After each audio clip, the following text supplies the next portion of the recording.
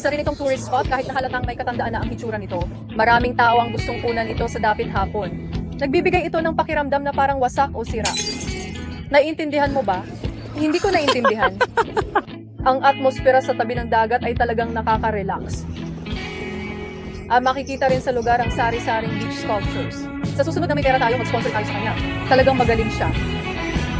Alas 7:30 na, handa na akong kumain ng hapunan.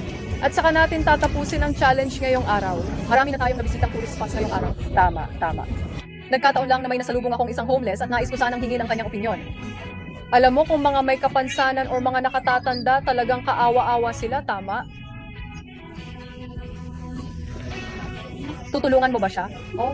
Ngunit kung ito ay mga batang walang kapansanan na namamalimos, hindi ko alam, naiintindihan mo ba ako? Naiintindihan ko ang ibig mong sabihin. Para sa hapunan, hindi ko pa rin napigilang tingnan ang presyo ng mga pagkain. Maaari bang bumili ng dating seafood rice? Tapos kakain lang ako ng kaunti at ikaw na ang bahala sa natitira. Kakain lang ako ng kaunti. Hindi.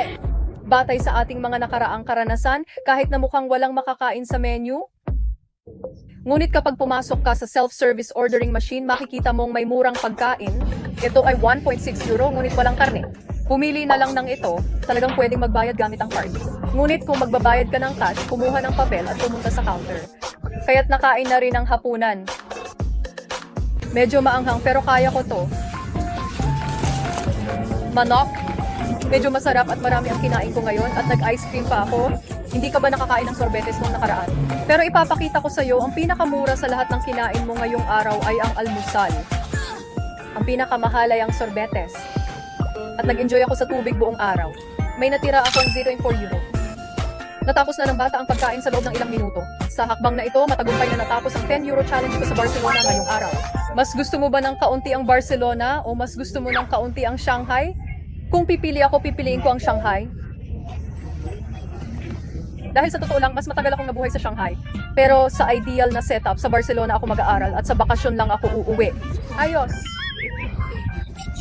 Dahil gusto mo ang Shanghai, pagkatapos nating umuwi, subukan nating kumain ng isang araw sa halagang 30 yuan. Ilang tao ang gustong makita siyang kumain ng isang araw sa halagang 30 yuan sa Shanghai, mag-iwan ng mensahe sa comment section.